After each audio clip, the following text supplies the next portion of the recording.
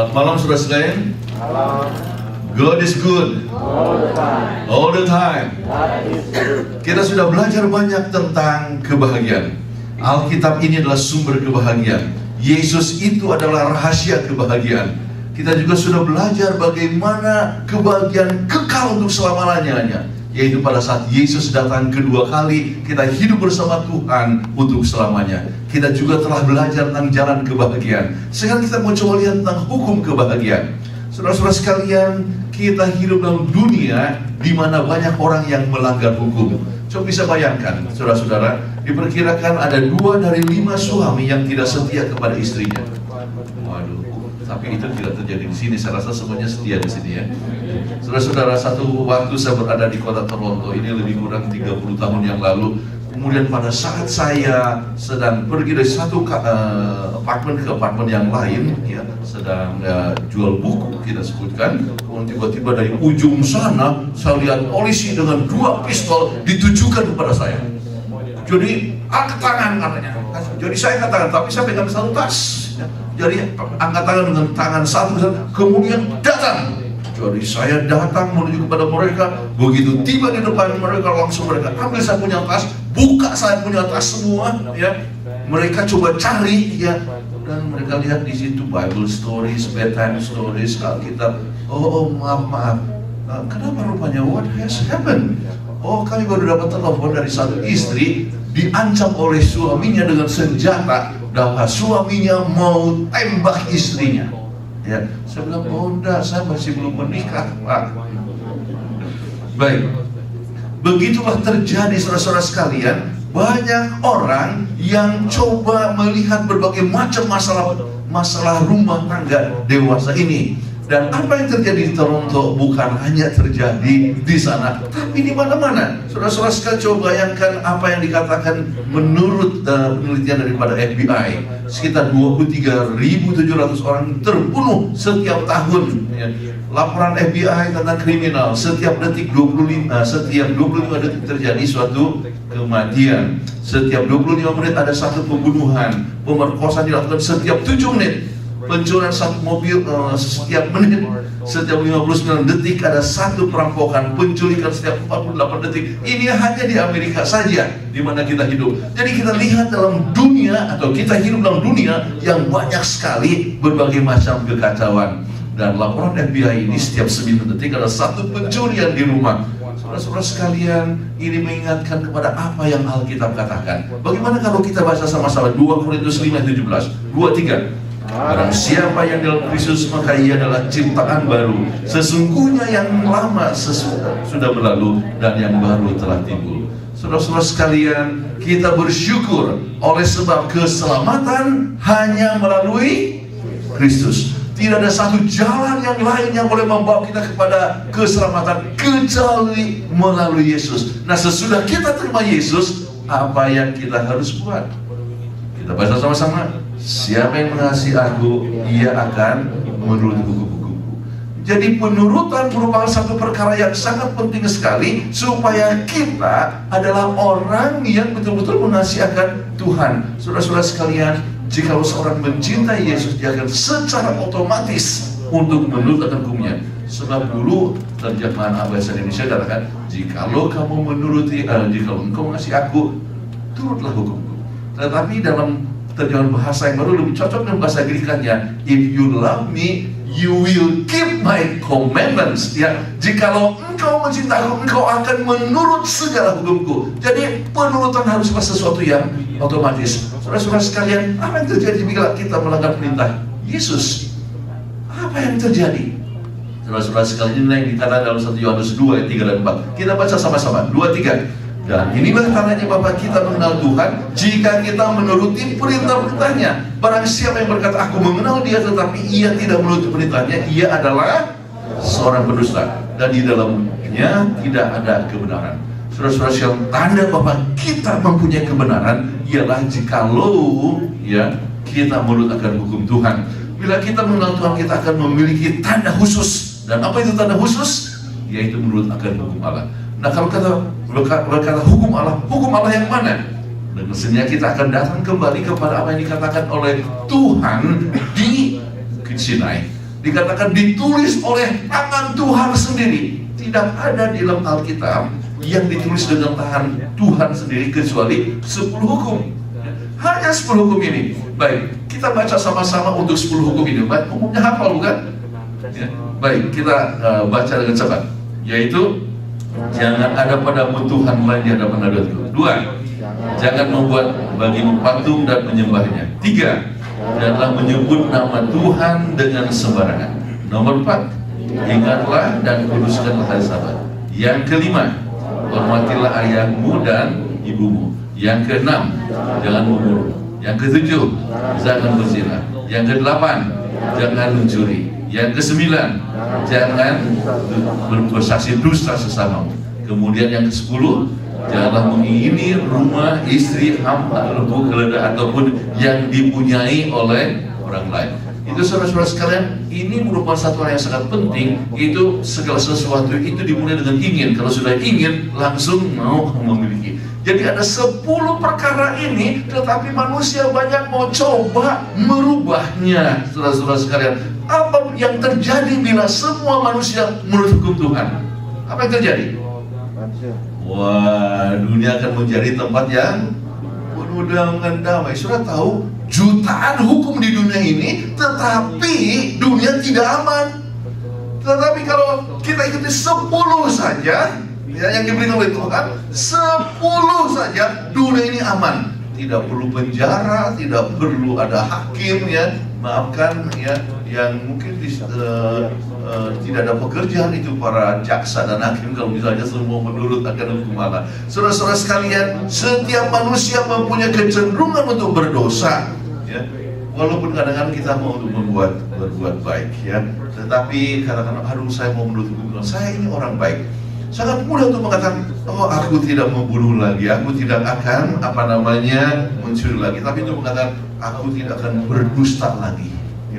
Oh, sangat susah sekali. Banyak sekali orang yang susah sekali untuk tidak berdusta. Saudara-saudara sekalian, ada seorang yang bernama William Knight, dan seorang anak yang dikatakan, kamu duduk ya.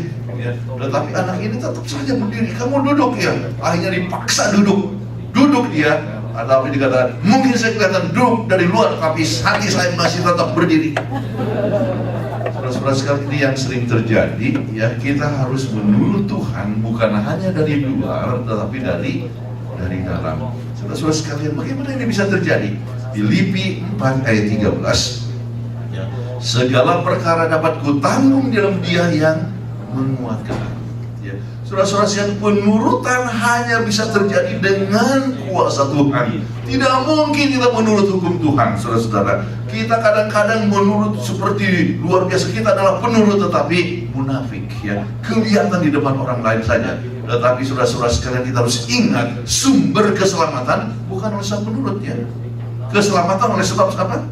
Nah, kita baca Efesus 2 ayat 8 dan 9. 2, 3. Karena kasih karunia kamu diselamatkan oleh iman. Ini bukan hasil usahamu, tetapi pemberian Tuhan. Itu bukan hasil pekerjaanmu. Jangan ada seorang menggahkan diri. Saudara-saudara, keselamatan hanya oleh sebab Yesus. Seharusnya kita yang harus mati dan mati untuk selama-lamanya. Tetapi Yesus mati untuk apa? Kita. Keselamatan hanya melalui Kristus. Ya, saudara-saudara sekalian. Tetapi jikalau kita sudah mempunyai keselamatan dalam Kristus, maka kita perlu untuk menurut. Baik, bukan melalui penurutan akan hukum Tuhan, tetapi hanya melalui Yesus. Tetapi Kristus telah mengambil tempat kita, saudara-saudara sekalian. Oleh sebab Dia mati di kayu panggang, Dia mati untuk kita, Dia mengambil tempat kita, maka kita boleh menjadi orang yang baru. Satu waktu kami tinggal di Singapura sekitar 10 tahun. Satu waktu kami bawa mobil, tiba-tiba kami dapatkan, apakah keluarga Syarif saudara-saudara kan? Ya, ya. Ini jam 8:10. Ya. Iya. Oh, coba lihat dulu. Oke. Baik. Ya, sebab kemungkinan jemputan jam 8:10. Anyway, kita teruskan dulu. Jadi, satu orang bisa jemput. Okay. Terima kasih. Jadi satu waktu saya dengan istri saya bawa mobil di Singapura. Singapura itu kan kotanya padat sekali. Jadi ada hari-hari tertentu di mana kita tidak boleh masuk ke tempat itu. Kami tahu daerah Orchard, tetapi satu waktu ada daerah, wah, langsung kelihatan itu lampu berkelip. Waduh, kami sudah pasti dapat tiket. Dan betul juga ya, begitu masuk di sana polisi sudah datang langsung kasih tiket. Jadi waktu mendapatkan tiket ini, apa yang harus saya buat ya? Kemudian ternyata saudara-saudara sekalian, 2 minggu kemudian kami dapatkan tiket dan harus bayar 50 Singapura dolar ya, hanya bisa masuk restricted area. Jadi kemudian kami bawa paspor ya, dan pergi ke kantor polisi. Saya bilang begini, Pak, waktu peraturan ini diberikan, kami sedang ada di Indonesia, kami tidak tahu, jadi mohon maaf Pak, bisa diampuni ya. Kemudian apa yang dikatakan oleh ini polisi ya, katakan baiklah ya, kami maafkan Anda, tetapi jangan melanggar lagi ya. Jadi kami dapatkan anugerah saudara-saudara, kami dimaafkan, jadi tidak perlu bayar 50 dolar ya. Jadi kami dimaafkan, tetapi apakah kalau sudah dimaafkan boleh melanggar? Nah, ini banyak orang yang salah mengerti bahwa Yesus adalah juru selamat kita. Oleh sebab Yesus juru selamat kita, maka kita boleh melanggar hukum. Saudara-saudara sekalian, pengalaman yang dialami oleh seorang wanita yang kedapatan telah melanggar hukum yang ketujuh, kemudian apa yang dibuat oleh Yesus kepada dia ya, dia tuliskan akan semua pelanggaran. Jadi orang-orang yang menghukum dia, yang merasa bahwa ia harus dirajam, tetapi ternyata mereka pergi satu persatu. Kenapa? Rupanya mereka juga adalah pelanggar hukum. Kemudian saudara-saudara, apakah yang dikatakan oleh Yesus kepada wanita ini? Go and sin no more. Pergilah dan jangan berdosa lagi. Saudara-saudara sekalian, kita dapatkan pengampunan daripada Tuhan, tetapi kita bisa memulai satu hidup yang baru. Ingatlah, Yesus ya mati untuk kita. Saat kita sudah melanggar hukum, kita harus mati untuk selama-lamanya. Tetapi Yesus menjadi juru selamat kita, dan apapun dosa kita, Yesus siap untuk ampuni. Ada yang mungkin tidak setia kepada istri, mungkin ada yang tidak setia kepada suami, mungkin ada yang pernah mencuri, atau paling sedikit semua kita sudah pernah membohong ya. Saudara-saudara sekalian, apapun pelanggaran kita, Yesus siap untuk ampuni. Tetapi kita harus ya terima Yesus, Yesus ampuni kita, dan kita harus mengasihi Dia, dan kita akan menurut akan perintahnya. Jadi kalau kamu mengasihi aku, kamu akan menurut segala perintahku. Saudara-saudara sekalian, ada seorang istri ya, dan istri ini ya ngomel-ngomel terus. Kenapa? Sebab suaminya itu dia rasa kejam. Kenapa? Dia setiap hari diingatkan tentang daftar panjang yang istri ini harus buat. Bangun jam 4 pagi, kemudian jam 4 langsung masak air, kemudian bersih-bersih mulai masak, kemudian bangunkan anak ya, kemudian bangunkan suami jam 6, kemudian buat cuci pakaian, ke pasar apa semua, dia harus buat semua sampai jam 11 malam. Waduh, dia ngomel-ngomel, dia nurut juga, tetapi ngomel, aduh, mana suami saya ini keterlaluan ya. Dan apakah ini beruntung atau tidak beruntung? Suaminya meninggal. Jadi dia sekarang agak bebas. Kemudian dia ketemu suami yang sangat mencintai dia. Jadi waktu suaminya mencintai dia, tidak pernah kasih daftar. Kemudian apa yang harus dia buat, dia lakukan semua dengan senang. Kemudian satu waktu dia sedang beres-beres pakaiannya, di lemarinya dia dapatkan itu daftar yang pernah dibuat oleh suaminya yang pertama. Kemudian dia lihat jam 4 pagi, oh saya masih bangun jam 4 pagi. Kemudian masak air, kemudian kerjakan ini. Semua dia lakukan, tetapi dia lakukan dengan senang. Kenapa? Sebab dia sangat mencintai akan suaminya dan keluarganya. Oh, kalau gitu saudara-saudara sekalian, cinta menyebabkan dia melakukan tugas dengan senang hati. Itulah yang kita butuhkan. Banyak orang kata, aduh susah sekali mau pelihara hari Sabat. Oh, susah sekali untuk menurut hukum Tuhan. Susah sekali untuk melakukan tugas-tugas ini. Kita kalau mencintai Juru Selamat, kita akan lakukan segala sesuatu dengan senang. Saudara-saudara sekalian, Yakobus 2:14 mengatakan, bagaimana kalau kita baca sama-sama? 2, 3. Apa gunanya saudara-saudaraku jika seorang mengatakan bahwa ia mempunyai iman, padahal ia tidak mempunyai perbuatan?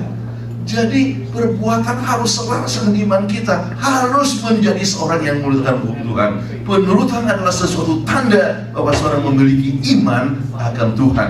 Nah, mengapa kita harus menuruti akan hukum Tuhan?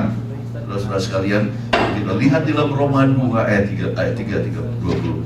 Sebab tidak seorang pun dapat dibenarkan di hadapan Tuhan oleh karena melakukan hukum Taurat. Karena justru oleh hukum Taurat orang mengenal dosa. Jadi Anda katakan kita tidak lagi di bawah hukum. Betul saudara-saudara sekalian, kita tidak di bawah hukum. Kita di bawah Yesus Kristus hanya dengan iman. Tetapi apakah hukum perlu? Bagaimana kita tahu membunuh itu salah kalau tidak ada hukum? Bagaimana kita tahu mencuri itu salah kalau tidak ada hukum? Bagaimana kita tahu melanggar hukum Sabat itu adalah salah kalau tidak ada hukum? Padahal hukum diberikan untuk apa? Supaya kita mengenal dosa. Kita tidak diselamatkan dengan menurut hukum. Kita hanya diselamatkan oleh